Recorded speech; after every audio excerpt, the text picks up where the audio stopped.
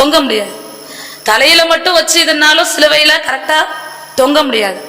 இந்த 2 கைகள்ல அடிச்சா மட்டும்தான் அங்க அவர் 6 மணி நேரம் தொங்கியிருக்கார்.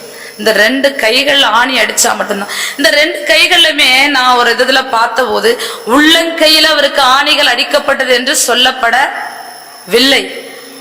ஒரு சிலுவையில 6 மணி நேரம் அந்த கை தொங்கணும்னா அந்த ஆணிகள் எவ்வளவுனா வெயிட் கொடுக்கப்பட்டிருந்துச்சு. நான் நோட் பண்ண மாட்டோம்.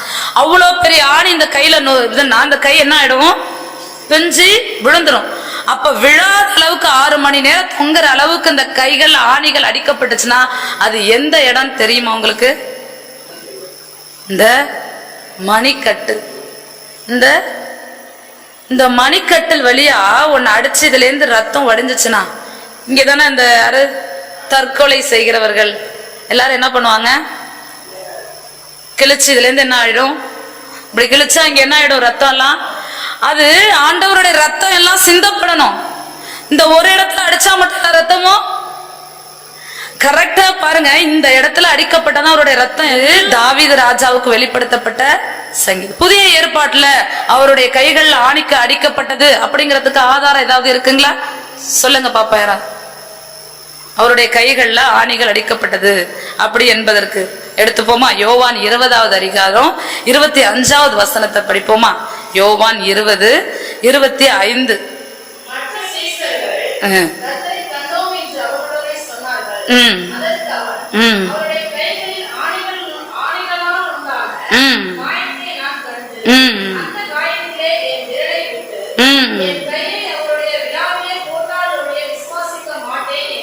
யாரு இவரு? தோமா. அவர் என்ன சொல்றாரு? யாரு? சீடர். ஆண்டவரு காயம் படுவாரு, எல்லாம் அடிக்கப்படுவாரு ஆல்ரெடி தெரிஞ்சவர். என்ன சொல்றாரு? அவருடைய கைகளில். அப்ப ஆண்டவர் என்ன சொல்றாரு? அடுத்த வசனத்திலே என்ன சொல்லுவாரு? அடுத்த பின்னாடி 27ல படிங்க பார்க்கலாம்.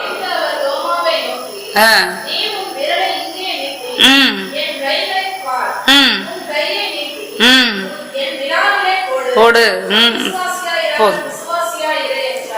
அவர் என்ன சொல்றாரு? உன் விரலை நீட்டி என் கைகளை பார். அப்ப அங்க என்ன இருக்கு? அவரோட கையில காயம் இருக்கு. அப்ப கண்டிப்பா அவர் அந்த இது ஆணிகள் கடாவப்பட்டது உண்மை.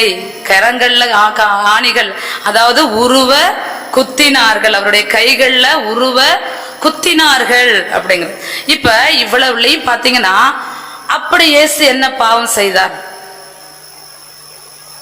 கைகள்ல, தலையில, விழாவுல அவர் பாவம் செய்தாரா? இல்ல. அவரோட கை எப்படிப்பட்ட கை தெரியுங்களா? சொல்லுங்க பார்க்கலாம். அவருடைய கரம் எப்படிப்பட்டது? பழைய ஏற்பாட்டுல அவருடைய கரத்தை பத்தி எப்படி வரிசையா நிறைய சொல்லப்பட்டிருக்கு. அவருடைய கரம் வல்லமையுள்ள கரம். அவருடைய கரம் கேட்டவைகளை கொடுக்கிற கரம். அதாவது எஸ்ரா 7:6 சொல்லிருக்கு, அவருக்கு திடன் கொடுக்கிறாராம். நம்ம என்னத்தை கேட்கிறோமோ அவரோட கரம் என்ன பண்ணுமா? கொடுக்கிற கரம். அவருடைய கரம் வல்லமையுள்ள கரம். அவருடைய கரம் தப்புவிக்கிற கரம். சங்கீதம் 17:14 சொல்லப்பட்டிருக்கு. யாராவது வாசிங்க பார்க்கலாம். சங்கீதம் 17:14.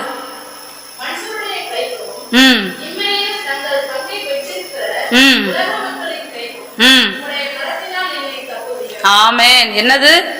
மனுஷருடைய பொல்லாத அந்த மனுஷங்கதான் அவர் கரத்துல என்ன பண்றாங்க?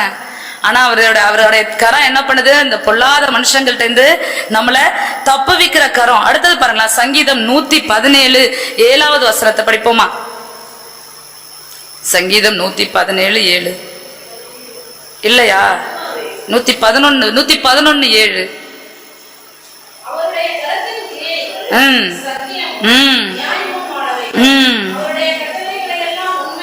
ஆமென், ஆமென். அவருடைய கரத்தின் கிரியைகள் சத்தியமும். ஆனா அவருடைய கரத்துல உருவ குத்தினார்கள். சத்தியமும் நியாயமுமான அந்த கரத்துல உருவ குத்தினார்கள். அதே புதிய ஏற்பாட்டுக்கு வரும்போது அவருடைய கரம் எப்படி இருக்குன்னா பாருங்களேன். நானா அதை படிக்காம நானே சொல்லிடுறேன் பாருங்க.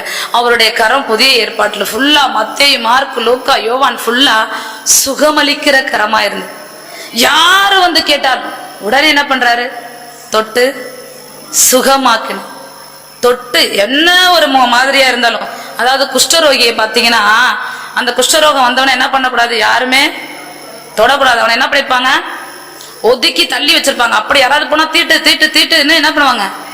ஆனா அவனை என்ன பண்ணாரு, இயேசு தொட்டு சுகமாக்கினார். அது என்ன பண்ற, சுகமளிக்கிற அவருடைய கரம். அடுத்து பாருங்களா, தூக்கி எடுக்கிற கரத்துக்கு ஒரு எக்ஸாம்பிள் ஒண்ணு பார்த்தோம். பாத்தீங்கன்னா நம்ம பேதுரு என்ன பண்றாரு, இயேசு கடல்ல நடந்து வரும்போது இவர் என்ன பண்றாரு, நானும் என்ன பண்ணோம் நடந்து போகணும்ட்டு என்ன பண்றாரு, நடந்து போறப்ப அவர் இல்ல இது இல்லாம என்ன பண்றாரு, டபக்குன்னு தண்ணிக்குள்ள. அப்ப இயேசு என்ன பண்றாரு, அவரோட கரத்தினால நம்மளுடைய சோதனைகள் துன்பங்கள் பெருகி நாம் கண்ணீரில் மூழ்கி இருக்கும்போது நம்மளை தூக்கி எடுக்கிறது யாரோட கரம் தெரியுங்களா? மனுஷன் தூக்குனானா என்ன பண்ண தெரியுமா, ஓரளவுக்கு மேல தூக்குவான்.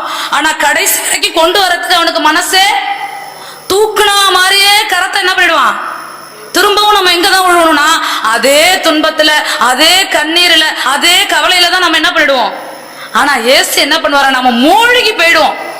அப்படி மூழ்கி போன இடத்துல அதை கையை பிடிச்சு என்ன பண்ணாரு, தூக்கி எடுக்கிறார்.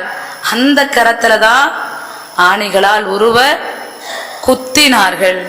அடுத்து பாருங்களேன், அவருடைய கரம் என்ன, எப்படிப்பட்ட கரம்னா ஆகாரம் கொடுக்கிற கரம். அவருடைய கரம் எப்படிப்பட்ட கரம், ஆகாரம் கரம். அது எப்படின்னு சொல்றேன் பாருங்களேன். இந்த ஜனங்கள் இயேசுவோட பிரசங்கத்தை கேட்க எல்லாரும் கூடி வர்றாங்க. எல்லாரும் கூடி ஏசப்பாட்ட ரொம்ப நேரமா பிரசங்கம் கேட்கும் போது அவங்களுக்கு என்ன ஆயிடுச்சு, பசி ஆயிடுச்சு. அப்ப ஏசப்பா என்ன நினைக்கிறாரு, எல்லாருக்கும் ஆகாரம் கொடுத்து ஆகணும்னு நினைக்கும் போது அவங்கள்ட்ட இருக்கிறது எவ்வளவுதான், 5 அப்பம் 2. அதை என்ன பண்றாரு, கண்டிப்பா என்ன பண்ணி ஆகணும், ஆகாரம் கொடுத்தே ஆகணும். சங்கீதம் 104:27 வசனத்தை யாராவது வாசிப்போமா? சங்கீதம் 104:27. ஆமேன் ஆமேன். யாது நம்ம படைப்புகள் எல்லாமே யார நோக்கிதான் காத்திருக்கு. நமக்கு ஏற்ற வேலையில ஆகாரம் வரணும்னா எங்க இருந்து மட்டும்தான் வரும். நம்ம நம்பி வீட்டுல என்னது பசிக்குது பசிக்குது பசிக்குதுன்னா பசிக்கிற நேரத்துல நம்மளால சாப்பாடு ரெடி பண்ண முடியுமாண்ணா? முடியாது. நமக்கு ஏற்ற வேலையில ஆகாரம். அதாவது 2 நாளா நான் பட்னியா கிடக்கேன், நான் என்ன பண்ணிடுவேன் இனிமே, அவருக்கு தெரியும் நீ 2 நாள் என்னத்தை தாங்குவ, பசிய நம்ம தாங்குவோன்னு தெரிஞ்சு ஏற்ற நேரத்துல நமக்கு என்ன பண்ணுவாரா, அவரு ஆகாரம் கொடுக்கிற அந்த கரத்துலதான் என்ன கடாவப்பட்டது, ஆணிகள். லாஸ்டா அவருடைய கரம் எப்படிப்பட்ட கரம்னா ஆசீர்வதிக்கிற கரம். அவருடைய கரம் எப்படிப்பட்டது? ஆமா, பைபிள்ல சின்ன பிள்ளைகளை அவர்கிட்ட கொண்டுட்டு வராங்க. அவர் என்ன சொல்றாரு, அவங்களை என்ன பண்ணுங்க, சிறு பிள்ளைகள் என்னிடத்திற்கு வர தடை பண்ணாதீங்க, அவங்களை எங்களிடத்துல கொண்டு வாங்கன்னு சொல்லி அவர்கள் மேல் கைகளை வைத்து என்ன பண்றாரு, ஆசீர்வதிக்கிறது. அப்புறம் இஸ்ரவேலை ஆசீர்வதிப்பதே அவருக்கு பிரியம். நம்மளை ஆசீர்வதிக்கிறது தான் யாருக்கு பிரியம். எப்பவுமே அவர் என்ன பண்றாரு, கரத்தை நீட்டி நமக்கு ஆசீர்வதிக்கிற கத்து.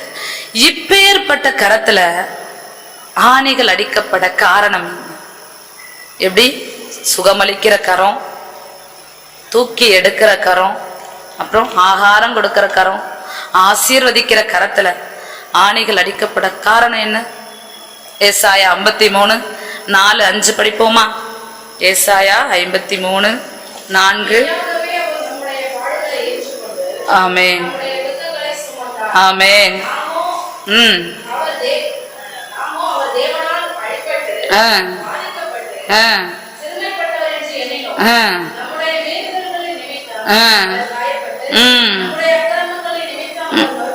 ஆமென் ஆமென். குணமாகிறோம். காரணம் யாரு? நம்முடைய அக்கிரமங்களின் நிமித்தம், நம்முடைய மீறுதல்களின் நிமித்தமும் அவர் என்னப்பட்டார், நொறுக்கப்பட்டார். நமக்கு சமாதானம் வரும்படியா, அடுத்து அவர் மேல நமக்கு சமாதானம் வரும்படியா அவர் மேல ஆக்கினை வந்தது. அவருடைய தழும்புகளாலதான் நமக்கு சுகம் வரும்படியாய்தான் அவருடைய கரங்களிலே ஆணிகள் குத்தப்பட்டது. அதுவும் உருவ குத்தப்பட்டது. ஆணிகள் உருவ குத்தப்பட்டது. இதுல பாத்தீங்கன்னா ஆண்டவர் இந்த கரங்கள் வழியா சரீர பிரகாரமான ஆசீர்வாதத்தை இப்ப நம்ம பார்த்தோம். சுகம் கொடுக்கிறது, ஆசீர்வதிக்கிறது, ஆகாரம், சரீர பிரகாரமான அதே அந்த காயங்களின் நிமித்தம் நமக்கு ஆவிக்குரிய ஆசீர்வாதங்களும் இருக்கு. ஆவிக்குரிய ஆசீர்வாதங்களையும் நமக்கு தந்திருக்க. எடுத்து வாசிப்போமா? சகரியா 12வது அதிகாரம் 10வது வசனத்தை எடுத்து வாசிப்போமா? சகரியா 12வது அதிகாரம் 10வது வசனம். ஆமென்.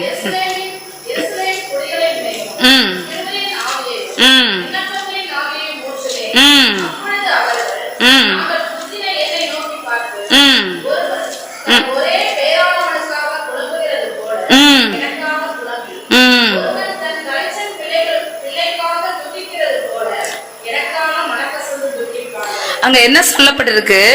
நான் தாவீது குடும்பத்தாரின் மேலும் எருசலேமின் குடிகளின் மேலும் கிருபையின் ஆவியையும் விண்ணப்பங்களின் ஆவியையும் ஊற்றுவேன். அதுல என்ன சொல்லிருக்கு?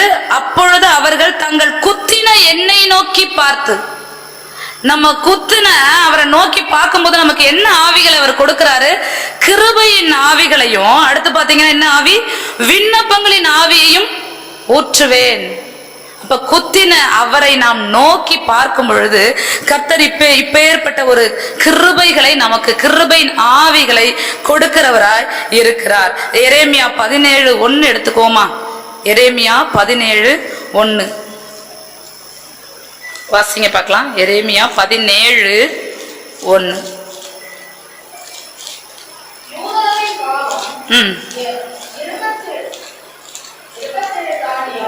எரேமியா 17:1.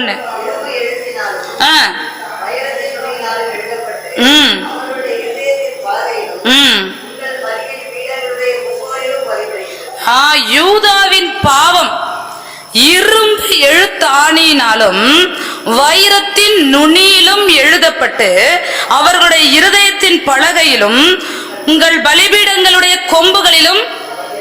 யூதாவுடைய பாவம் யாரு? நம்மளுடைய ராஜா, அவருடைய ஜனங்கள் நாம தான். நம்மளோட பாவம் எப்படி இருக்குதான்? இரும்பு எழுத்து ஆணியில எழுதப்பட்டு இருக்கிறது. நம்முடைய பாவம் எப்படி இருக்குது? இரும்பு எழுத்து ஆணியினால எழுதப்பட்டதும் வைரத்தின் நுனியினால் எழுதப்பட்டதுமா இருதயத்தின் பலகையில் என்ன பண்ணி இருக்கு? அதை அழிக்க யாராலையுமே முடியாது. அதை அழிக்கும்படியாய்தான் அவருடைய கரங்களில் ஆணிகளால் குத்தப்பட்டு அதிலிருந்து வருகிற ரத்தத்தினாலே, அந்த இரும்பு ஆணினால் எழுதப்பட்ட நம்முடைய பாவம் நம்மளை விட்டு அகன்றது.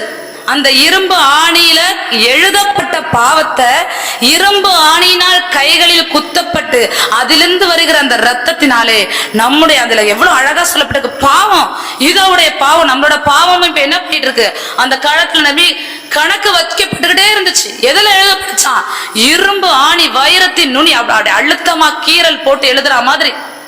அதை எதால மட்டும்தான் நீக்க முடியும் அப்படின்னா, ஆண்டவராகிய இயேசு கிறிஸ்துவின் ஆணிகள் குத்தப்பட்ட கரத்திலிருந்து வடிகிற ரத்தத்தினாலே மாத்திரமே அழிக்க முடியும். அதுக்காக தான் அவருடைய கரங்கள்ல என்ன பண்ணப்பட்டது? ஆணிகள் அடிக்கப்பட்டது. கொலோசியர் 2:14 எடுத்துக்கலாமா? கொலோசியர் 2:14 வசனம்.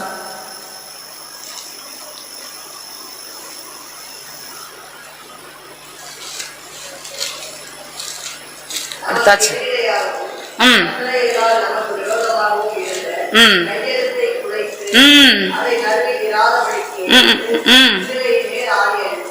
ஆமென். அடுத்து என்னவா? நமக்கு எதிராக சத்துருவானவனால் எழுதப்பட்ட கையெழுத்தை குலைத்து போடும்படியா. நினைச்சு பாருங்களேன், இன்னமும் நமக்கு சத்துருவான என்ன பண்ணிட்டு இருக்கானா, ஆளுக்கு ஒரு நோட்பேட வச்சுட்டு என்ன பண்றான்? நமக்கு எதிரா எழுதி வச்சுட்டே இருக்கான். டெய்லி என்ன பண்ண முடியும்? இந்த நிமிஷத்துல இவனை நான் என்ன பண்ணிடுவேன்? கவுத்துருவேன். இந்த நிமிஷத்துல இவனோட ஆத்மாவை நான் எடுத்துருவேன்னு. இதுல பாத்தீங்கன்னா ரியல் லைஃப்ல ஒரு இடத்துல வேலை செய்யறோம்னா சத்ருவானவன் என்ன பண்ணுவான்? யாரு மூலமாவது நமக்கு எதிரா ஆளை தூண்டி விட்டு நம்மளை என்ன பண்ண பார்ப்பான்? கவிழ்க்கப்படுவான். உனக்கு எதிரா, நமக்கு எதிரா எழுதப்பட்ட, சத்ருவினால் எழுதப்பட்ட அந்த கையெழுத்து, அதான் சொன்னோம் இல்லையா, நம்முடைய பாவம் எழுதப்பட்டு இருக்கிறது. நம்முடைய பாவம் இரும்பு ஆணியினாலும் வைரத்தின் நுனியினாலும் எழுதப்பட்டிருக்கிறது இல்லையா, அந்த கையெழுத்தை குலைத்து போடும்படியா இவருக்கு என்ன அடிக்கப்பட்டது? அவருடைய கரங்களிலே கையெழுத்தா எழுதப்பட்டத கரங்களில் அடிக்கப்பட்ட ஆணிகளாலே நமக்கு மீட்பை கொடுத்தார். அதுக்காக தான் அடிக்கப்பட்டது. ஆனா இவ்வளவுக்கும் நம்ம பார்த்துட்டோம், அப்படிதானே? இவ்வளவுக்கு பார்த்துட்டோம். ஆனா இன்னுமே நம்ம என்னதான் செஞ்சுட்டு இருக்கோம்? இந்த அடிக்கப்பட்ட அந்த ஆறாம இருக்கிற அந்த காயத்துக்குள்ள நம்ம என்ன பண்றோம்? கையை விட்டு விட்டு விட்டு விட்டு அது என்ன பண்ணிட்டே இருக்கோம்னா தினம் தினம் தினம் தினம் அந்த புண்ணை என்ன ஆயிட்டு இருக்கோம்? புதுசாவே வச்சிட்டு இருக்கோம், ஆற விடாம. எதால? நம்மளுடைய கைகள்ல செய்கிற பாவங்களால என்ன பண்றோம்? தினம் தினம் இதுல இருந்து என்னது? வடிகிறதுக்கு ரத்தமே இல்லை, எல்லாம் வடிச்சிட்டார். ஆனா அந்த புண்ணு எப்படி இருக்கு? இன்னமும் நம்மளோட பாவங்களால அதை என்ன பண்றோம்? ஒவ்வொரு நாளும் பாவத்தை செஞ்சு மக்கள், உலக மக்கள் படியா நம்ம என்ன பண்ணோம்னு வச்சுக்கோங்களேன், கொலை கொல்ல இப்படியெல்லாம் சொல்லிட்டு போறோம். நம்ம ஆவிக்குரிய பிள்ளைகள் என்ன மாதிரி பாவம் செஞ்சு என்ன இது பண்றோம் சொல்லுங்க பார்க்கலாம். கைகளால என்ன மாதிரி பாவம் செய்யறோம்? இயேசுவோட ஆணி அப்படி உள்ள இப்ப இருக்குன்னு வச்சுக்கோங்களேன், நம்ம பண்ற ஒரு பாவம் அங்க குத்தப்பட்ட ஆணி அப்படி ஆட்டினா எப்படி இருக்கும்? எப்படி இருக்கும்? இல்ல அந்த பொண்ணுக்குள்ள கையை விட்டு இழுத்தோம்னா அது எப்படி இருக்கும் நமக்கு? சொல்லிப்பாரு. அப்ப தினம் தினம் நம்ம செய்யற பாவம் எப்படி இருக்கு? அவரோட அந்த காயத்தை அப்படியே வச்சிரு.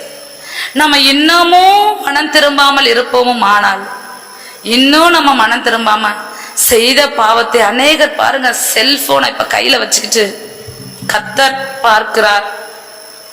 செல்போன் கூடாது என்பது அல்ல, செல்போன் நமக்கு அத்தியாவசியமான தேவை. ஆனா அந்த செல்போன்ல என்ன நடக்குது? இப்போதைக்கு நேரத்தை வீணடிச்சிட்டு இருக்கோம், தேவையில்லாதது வந்துருது. நம்ம வசனத்தை பார்க்க தான் எடுக்கிறோம், ஆனால் என்ன வந்துருது? தேவையில்லாதது. அதன் மூலமா நம்ம என்ன செய்யறோம்? பாவம் செய்யறோம். இதே கையை நீட்டி பிறருக்கு விரோதமா என்ன இடுறோம்? பொய்யான இடுறோம். அதே கையை நீட்டி நம்ம என்ன போடுறோம்?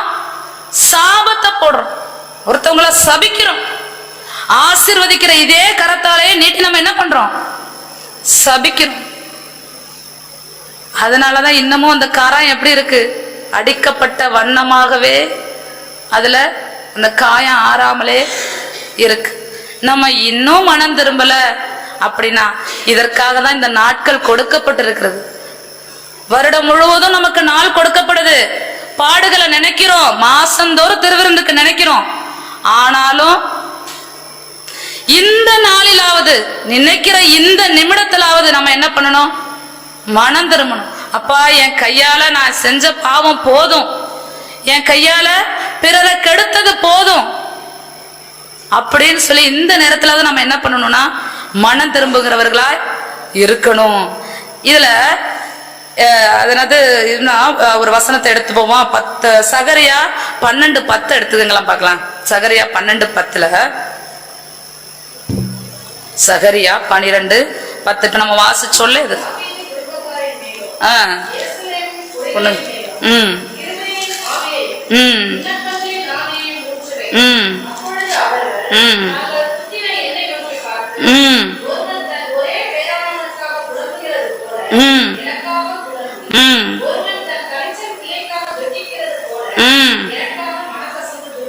ஆமென். இதுல என்ன சொல்லப்பட்டிருக்குன்னா, இந்த காலம் கொடுக்கப்பட்டிருக்கு. இந்த காலத்துல நமக்கு மனம் திரும்புதல் வேணும். ஆனா அந்த மனம் திரும்புதல் எப்படி வேணும்னு அங்க சொல்லப்பட்டிருக்கு பாருங்க. ஒருவன் தன் ஒரே பேரானவனுக்காக புலம்புகிறது போல, நம்மளோட முதல்ல நமக்கு பிறந்த ஒரு பிள்ளை மரித்ததானால் நம்ம எப்படி புலம்புவோம்? முதற் பேரானவர் நமக்காக கரங்களில் அடிக்கப்பட்டு அதை நினைத்து புலம்பி, அடுத்தது பாருங்களேன், ஒருவன் தலைச்சன் பிள்ளைக்காக துக்கிக்கிறது போல எனக்காக மனம் கசந்து துக்கிப்பார்கள். எப்படி? அவரை நோக்கி பார்த்து, குத்தின அவரை நோக்கி பார்த்து ஒருவன் தன் தலைச்சன் பிள்ளைக்காக அழுகிறது போல மனம் கசந்து அழுது துக்கிப்போமானால், இந்த நேரத்துல அந்த மாதிரி அப்பா முதற் பேரான ஒரே குமாரனை பிதா எங்களுக்காக தந்தார், எங்களுடைய பாவங்களினால, நாங்க கைகள்ல செய்த பாவத்தினால நீர் அடிக்கப்பட்டு உம்முடைய கைகளில் ஆணிகள் உருவ குத்தப்பட்டதே அப்படின்னு மனம் கசந்து துக்கித்து நாம் புலம்பி அழுது அவரை நோக்கி பார்த்தோமானால் கர்த்தர் நமக்கு என்னத்தை கொடுக்கிறாராம் பாருங்களேன். கலாத்தியர் 3வது அதிகாரத்தை எடுப்போமா? கலாத்தியர் 3வது அதிகாரம் 13-14 வசனங்களை படிப்போம். கலாத்தியர்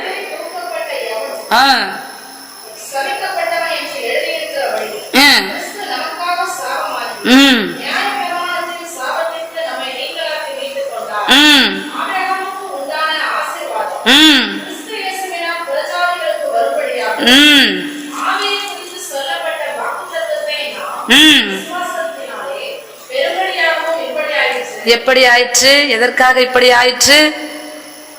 மரத்திலே தூக்கப்பட்ட எவனும் சபிக்கப்பட்டவன் என்று எழுதியிருக்கிறபடி கிறிஸ்து நமக்காக சாபமாகி நியாயப்பிரமாணத்தின் சாபத்திற்கு நம்மை நீங்களாக்கி மீட்டுக் கொண்டார். எந்த ஆசீர்வாதம்?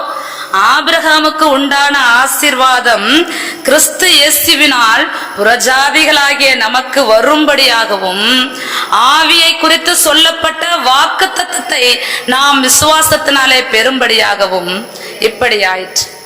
அதனால நம்ம இப்பவும் செய்ய போற ஒன்னே ஒண்ணு, நம்மளுடைய தலைச்சன் பிள்ளைக்காக துக்கிக்கிறது போல நாம் செய்த தவறுகளை எண்ணி, நாம் செய்த பாவங்களை எண்ணி, அப்பா இன்னும் உருவ குத்தப்பட்டதே, ஆணிகள் உருவ குத்தப்பட்டதே, 6 மணி நேரம் இந்த குத்தப்பட்ட கரங்கள்ல தொங்குனீங்களேப்பா, என்னுடைய பாவம் அல்லவா, நான் செய்த அக்கிரமத்தினாலும் என்னுடைய மீறுதல்களினாலும் அல்லவா உங்களுடைய கரங்கள்ல ஆணிகள் குத்தப்பட்டு நீர் நான் ஆபிரகாமுடைய ஆசீர்வாதத்தை பெறும்படியாகத்தானே நீர் உம்முடைய ஆணிகள்ல குத்தப்பட்டீர் அப்படின்னு சொல்லி மனம் கசந்து அழுது நம்முடைய பாவங்களை ஒரு விஷயம், நம்மளிடத்திலே பாவம் இல்லை என்போமானால் நம்மை நாமே வஞ்சிக்கிறவர்களா இருப்போம். ஒரு நிமிஷம் ஆண்டவர்கிட்ட, ஆண்டவரே நான் செய்த என் கைகளால் செய்த, நான் அறியாமல் இருக்கலாம், நான் அறியாமல் செய்திருக்கலாம், ஒரு விஷயம் மன்னிங்கப்பா, இந்த நாள்ல நான் ஒப்பு கொடுக்கிறேன், இதோட நான் என்னுடைய கைகளால உமக்கு விரோதமா உம்மை திரும்பவும் ஆணி அடிக்கிற அளவுக்கு நான் எந்த பாவமும் செய்ய மாட்டேன் என்று ஒப்பு கொடுத்து ஜெபிப்போமா?